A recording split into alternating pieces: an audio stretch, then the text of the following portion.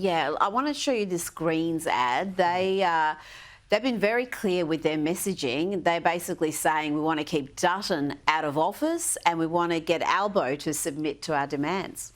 If you're worried about the cost of living, housing or climate crisis, you're not alone. We can't keep voting for the same two parties and expecting a different result. The Greens want change. If you need Dental and mental health into Medicare. A rent freeze. Cheaper groceries. and you want to make big corporations pay their fair share of tax, we're with you. The Greens are within reach of winning new seats across the country. We'll keep Dutton out and get Labor to act. I guess we shouldn't be surprised that it's overwhelmingly young people in that ad.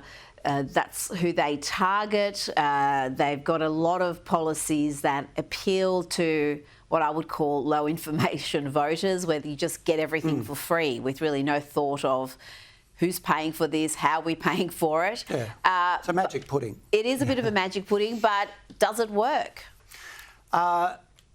Look, I think we'll see. I think the most likely outcome we are going to have from this election, if the betting markets are to be believed, is a Labor-Greens coalition, right? So what's interesting in that ad as well is that out of 30 seconds, they spend 1 second talking about the environment.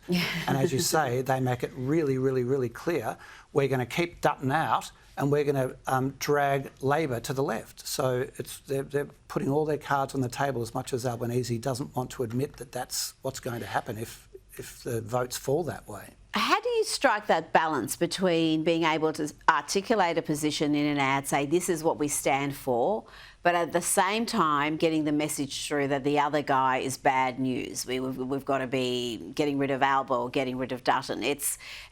How do you manage that when you've got limited time, limited budget? Well, the first thing is you don't try to do everything, right? You need to create an overarching narrative that is emotive, that's easy to understand, and that you repeat with all of these different proof points. You can put positive ads, negative ads under it, and people just buy it. I mean, everybody knew in 2008, yes, we can, for Obama. Everybody knows Make America Great Again. If you ask the average Liberal or Labor voter what the line or the overarching theme of either their campaign is, none of them know.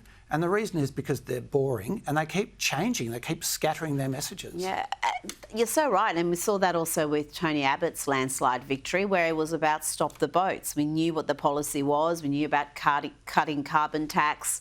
It was clear, and it was a clear point of differentiation. Let's have a look at the Libs now. They've put out a rap song. Hey, bring them prices down.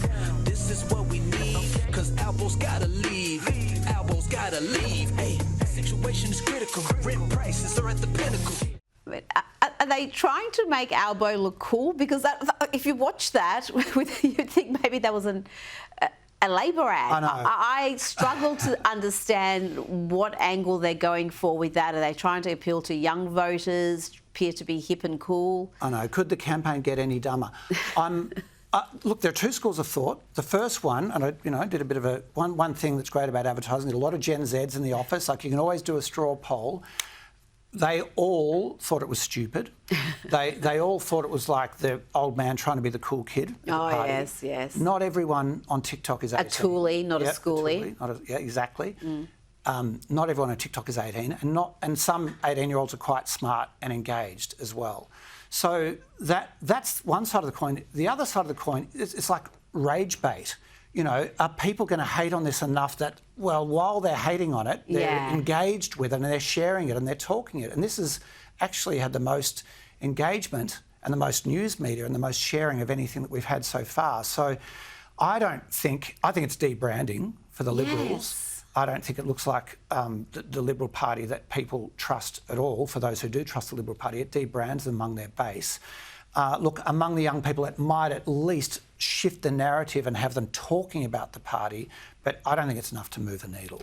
No, and I think that notion that any publicity is good publicity just because it's getting attention, it's successful, is a very, very dangerous point. Yeah, that is, I think, something advertisers say when they come up with bad ads that go viral. They have also put out this effort. They'll be better off under a Labor government than they will be. What's he really done? Has he delivered more housing? No. Has he made things cheaper? No. Has he fixed the cost of living?